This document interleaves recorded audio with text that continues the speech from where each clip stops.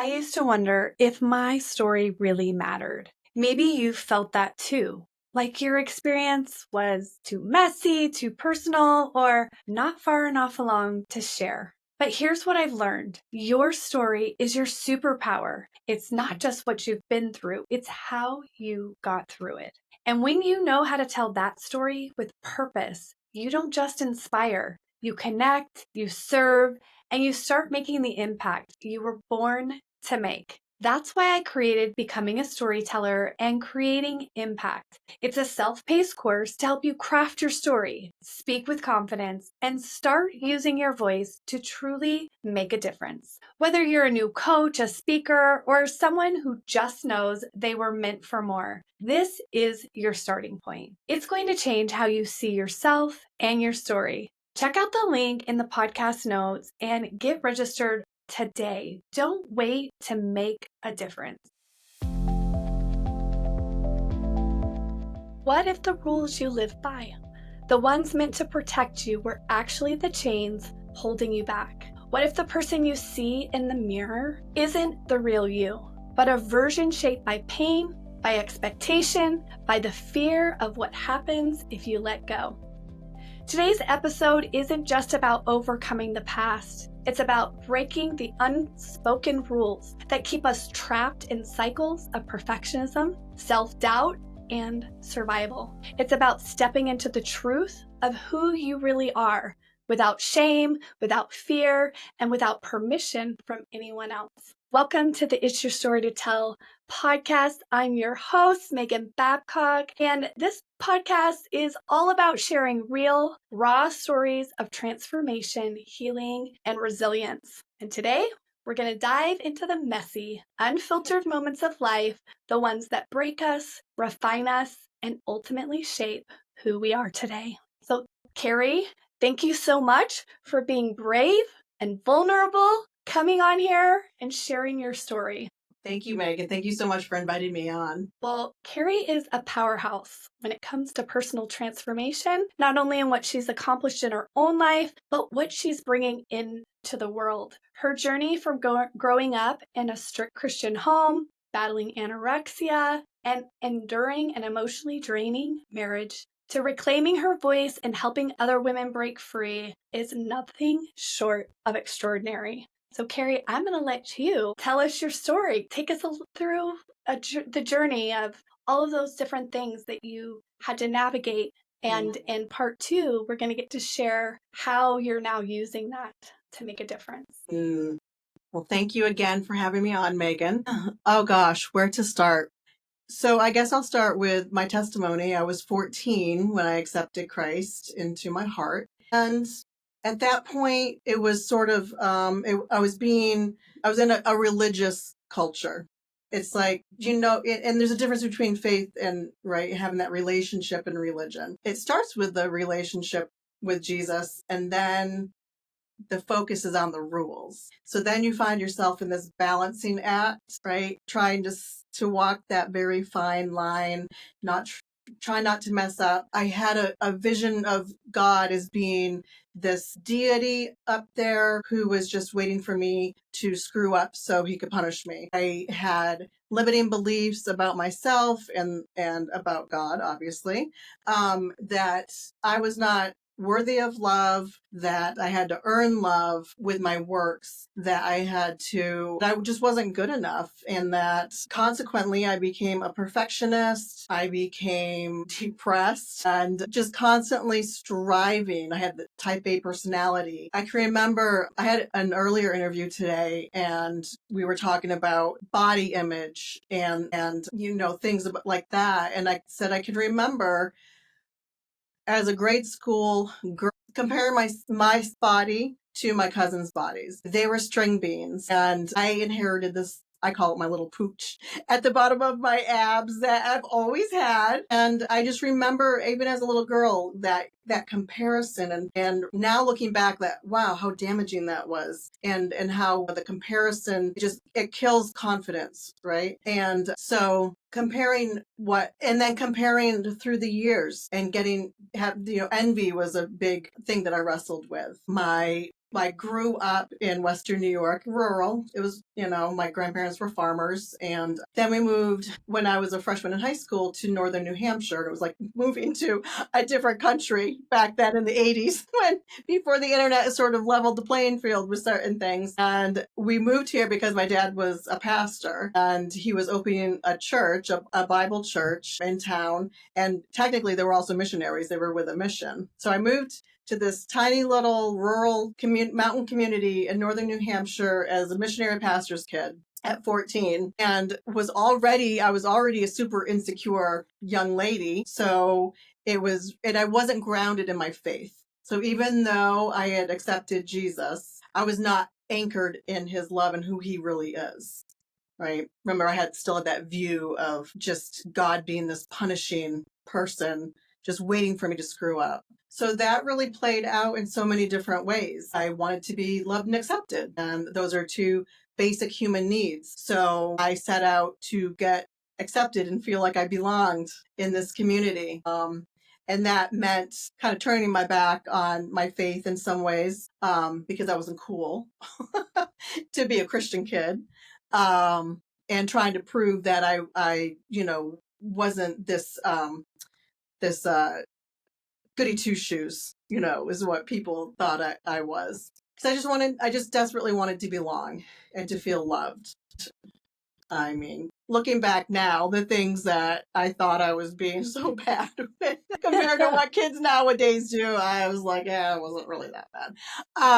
But still, I still rebelled. Then as my senior year in high school, as I was looking toward college, and my dream was always to go to either Dartmouth or the University of Vermont for pre-med and then go on to medical school. I'm the oldest, and as much as we parents try not to make our oldest the guinea pig, we always are, right? I was the oldest too. That Yes. explains a lot. Yeah.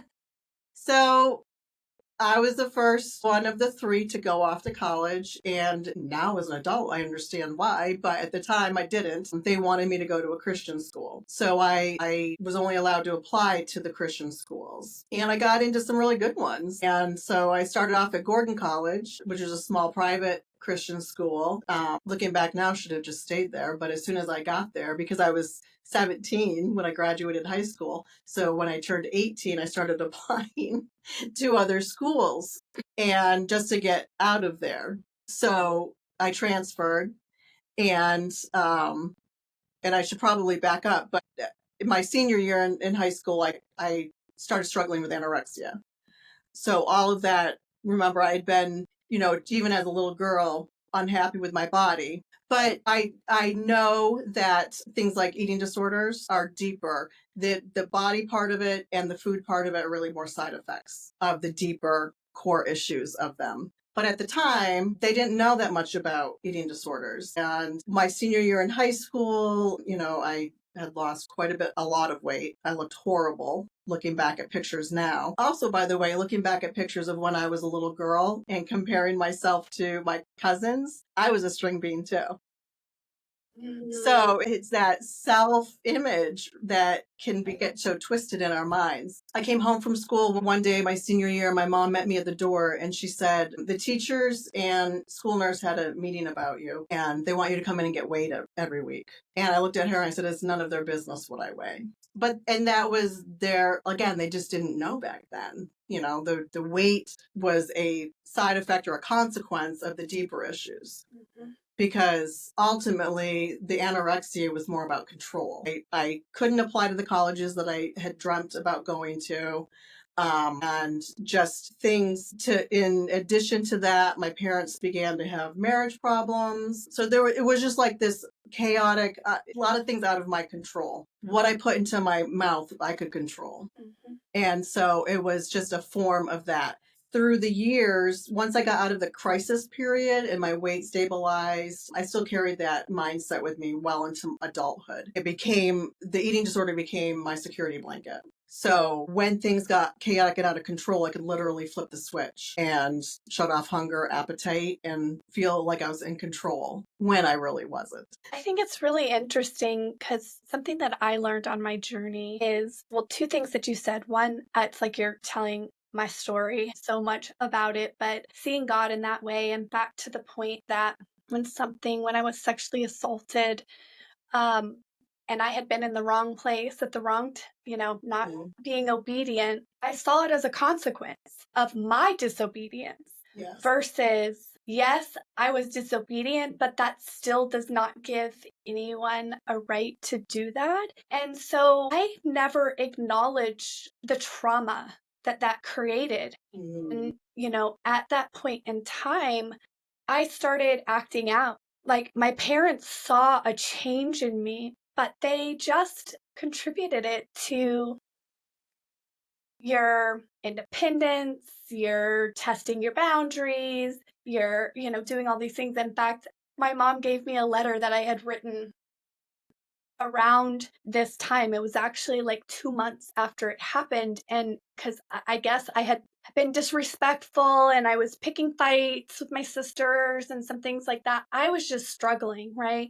Because that wasn't who I was, but that's how I was dealing with this in silence. And I was like, you just don't understand me. And if you could just be understanding. So it was really interesting to see how I was just trying to deal with something that I didn't have the tools to deal with it by myself. And then as I got older and I was getting in unhealthy relationships because it impacted me, because I believed, well, good Christian women, they don't have sex before marriage, and there's all of these things. I will never have a good marriage. That's just what I just started speaking over myself. And our words are powerful, right? I mean, God used words to create all of this. Right. And we were created in his image. And I was using my words to speak these really hard things over myself. And that's the life and the reality that I was living. And it wasn't until a long time in my 30s, and I'm mid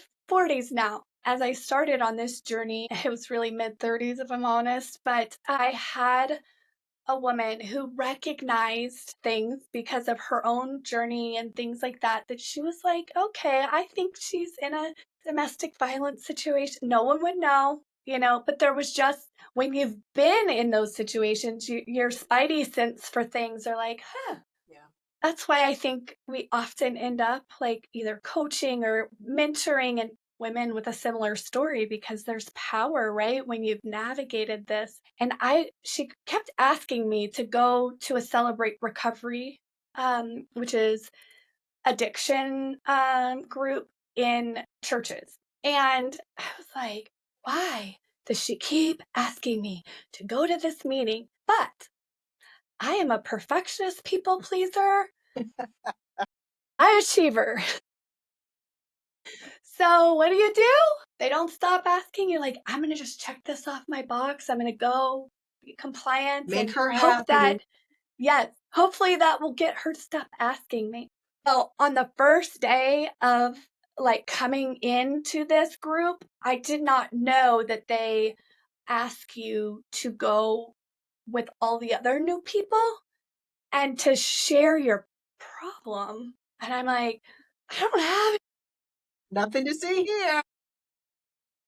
I mean, look at my Facebook page. It looks pretty perfect. As I listened and I sat in the room, I tried to maneuver myself where hopefully they'd time out, because it was a pretty big group, which was really a God ordained thing. He uses everything in our personalities, our stubbornness, our perfectionism. But I sat where I thought I might not get called on at the end. And by the time everybody had gone around the room, and there were people with food addictions and anorexia, bulimia, alcohol, drugs, sex, I mean, like, you name it, because it was like a lot of people in the room. And God broke me, because I had thought, I'm not like them because I don't have a problem with drugs. Just say no to drugs. Like, come on, people. Like, stop drinking. It's no big deal. Like, get control of your life, right? Because look over here, I'm in such control. Controlling people, controlling my environment, cleaning my house where it was just obsessive over everything. I was making people miserable. I was harming my relationships. Well, what does an addiction do? harms your relationship. Relationships. It's how you're dealing with your stress. So it really doesn't matter what that is. And I hadn't seen that until that moment. And so by the time it got to me, I was also trained to shove my emotions, and but by the time I could not shove any further, they just started coming out. I have snot running down my face. I'm humiliated. But God broke me and allowed me to see the truth of my condition and have such empathy for people. So, as we're talking through this, I just wanted to acknowledge that it may not be control or anorexia, but fill in the blank. What is it that you run to avoid what's going on around you and dealing with reality? So I just wanted to, I'm gonna let you get back on, but I just had to acknowledge, like, I've been there. Yeah, and we can be addicted to many things that for in that moment help us feel better, right? So Mm-hmm. maybe it's gossip, maybe Mm-hmm. it's putting other people down. I know I in my first marriage to an alcoholic, I always we got along best when I acted like him, when I was negative and putting people down and just miserable. But we got along. And I don't know why this just came to me. I still so desperately wanted to belong and be loved. And during my marriage, it's very difficult or impossible, I guess I'd say, to have a healthy relationship with someone with an addiction that is running their life. And even though he didn't drink for 8 years while we were married, the behavior did not change other than the alcohol. And then he started drinking again. But I remember near the end of the marriage, I was diagnosed with thyroid cancer. And I had my thyroid removed. And then the pathology report showed, well, it was really more precancerous. I was like, can I have my thyroid back then? Right. Take those lumps off and put it back in. But this is how desperate I was to, one, make my marriage work, and also just feel loved and accepted by this man. I requested a second opinion because when he thought I had cancer, he was nice to me. Now, how twisted is that? I wanted to have cancer then because my husband was being nice to me. Yeah, that's desperate, right? Yeah. That's desperate. Yes. Been there. Yeah. Not with a cancer diagnosis, but wanting something so bad and longing for it, but knowing that it wasn't ever really there. Like what I wanted was not there. Right. And that's also where, I was also like the perfectionism, the people pleasing. I still have to check myself on Oh, them, me too. because so that's, I think, an important thing to realize, like, even when you're in this journey, no matter where you are in it, because for years, I probably started in my 20s working on some of these things. It's a journey. So you work on it, you think you got it mastered, and then whoops, here comes that curveball to show you, oh, okay, I still got more work to do. So then I ended up getting divorced. And during that time, again, I still had this desperate need to be loved and accepted. And instead of turning to Jesus, who is be like, hello, I'm right here, and just waiting for you, Carrie, I turned instead to men and substances and all the beliefs that I had brought along with me since childhood, like I'm not worthy of love. And through I'm not smart enough. I'll never be successful. Just all of it. And being in the fit, I was my background is exercise physiology. That's what my bachelor's degree is in. Because of my twisted body image, never felt like I fit into even the fitness industry, even though I was very fit. Mhm. It's just those beliefs are real boogers. They create your reality, They right? It create doesn't your matter reality. what the truth is. Yes. Perception Mm-hmm. is reality. Like I was talking to a client yesterday and she's like, I opened up and I shared with my mom something that happened to me. And she told me that's not how it happened. And I said, well, it is how it happened to you. Because whether it looked exactly like the picture you're having in your mind now, the experience that you had looks like the picture now, Mm-hmm. right? Because your mind has made a picture of how you were feeling. It's your emotions and all of that. And then it builds a story around it. Mm-hmm. And now that's your story. And so if you dismiss it, and your mom may be well intending, like I don't think our parents set out to harm us, right? Most of them. And if they do, they had trauma too that's creating this response in them. But you can't dismiss it, because if you don't accept that reality, you cannot change anything you don't accept. And that's what I was doing, is I was, by standing behind perfectionism, I was not accepting my reality. And you really can't do any bit of change until you do that. No, you can't. You can't. Because we're not perfect beings. And God doesn't expect us to be. That's why he sent Jesus. It's like once you start putting all the puzzle pieces together, it's like all the labels and all the beliefs that I had just been dragging with me through adulthood kind of culminated a couple years after my divorce, when it was like I just kept, you're a horrible mother. It was a horrible divorce, and things that I don't need to go into details, but it was awful and really, really hard. And I would beg God to take the pain away, while at the same time creating my own pain. That's what happens, right? Just our beliefs kind of end up working as self-traumatizing. You believe this thing about you, so then you accept these things that you were never intended to. And that was my story. I mean, yes, I had trauma happen, but then the beliefs that happened in those different woundings continued because the narrative. And it wasn't until I learned about getting back to the root, like where did the belief come from? Yeah. Because you have to go back into that place and work through and heal, so that you can say, I don't want to do the same thing over and over. I want to rewrite this narrative. So we're going to stop this part of the podcast, and I'm going to ask you guys to come back and join us, where Carrie can walk us through how she began that process of healing and how she is now using what she's learned to make a difference in the lives of others.